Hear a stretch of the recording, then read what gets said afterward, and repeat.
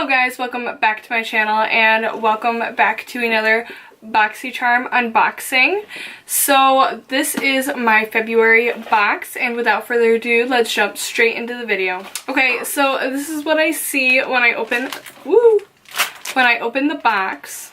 I don't have the card. It got lost somewhere and I'm not even going to attempt to look for it, but so it got lost. I will just kind of put the prices and everything in little writing for you guys. So the first thing that I see here is the Cover FX Shimmer Veil. Yeah, a shimmer veil, and I got this in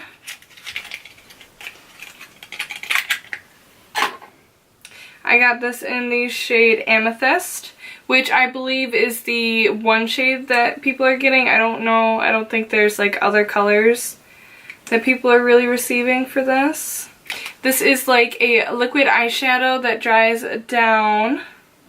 Super pretty. I feel like this would be something that would be super quick and easy to just throw on your lid to blend out with another transition shade, and then you're good to go right out the door, which is super convenient and easy, and that's why I love products like that, and I love the color. I hope that they have other shades that are more day-to-day type wear, because I would definitely be interested in picking some up. Alright, the next thing in the box is a trio of brushes, and this is from Crown Brush. These honestly remind me of the Wet n Wild brushes that you can pick up at the drugstore. This is a face brush, and I would use this for like a powder. Really soft, really nice. This is kind of what I would assume maybe like a liquid bronzer type of brush, or maybe to like buff out my concealer. I could see doing that. And then you have an eye brush. They seem really nice quality, and I'm really happy to get them in my box. I have gotten a lot of Crown brushes before in the past. I've never bought them myself. I always get them in Boxycharm, but I do really enjoy getting them, and every time we get a brush in Boxycharm, I'm always super excited. I do feel, however, if you were to go out and buy these yourself, I would go out and get the Wet n Wild ones instead, just because they literally are the exact same thing, just a different brand. So I feel like if you're going to go for one or the other, I feel like the Wet n Wild is not only more easily accessible, but they're cheaper, and I feel like you're kind of getting the same bang for your buck.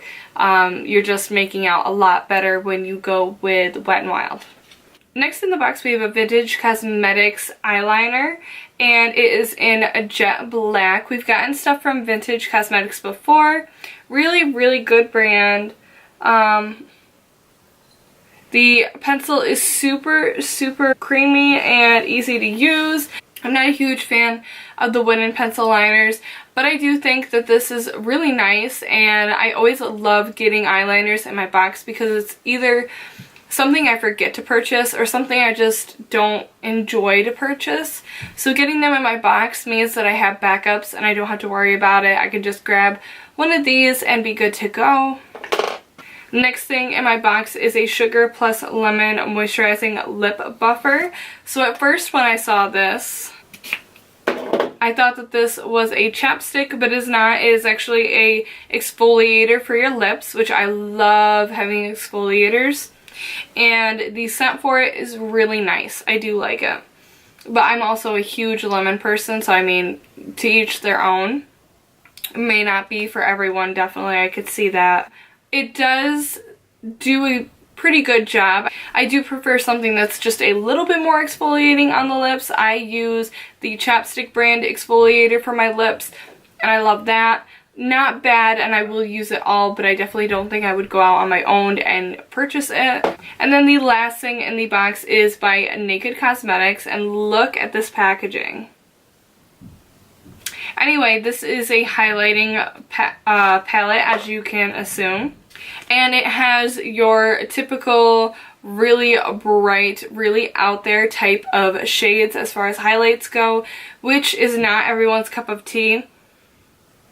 It has a weird smell to it too. I don't know what it smells like, but it smells weird, and I smelt it before. I don't know. Like acrylic. Wow, I am awful at swatches. So like I said, definitely not super wearable for every day. I just don't feel like I'm going to get a lot of use out of this, to be completely honest.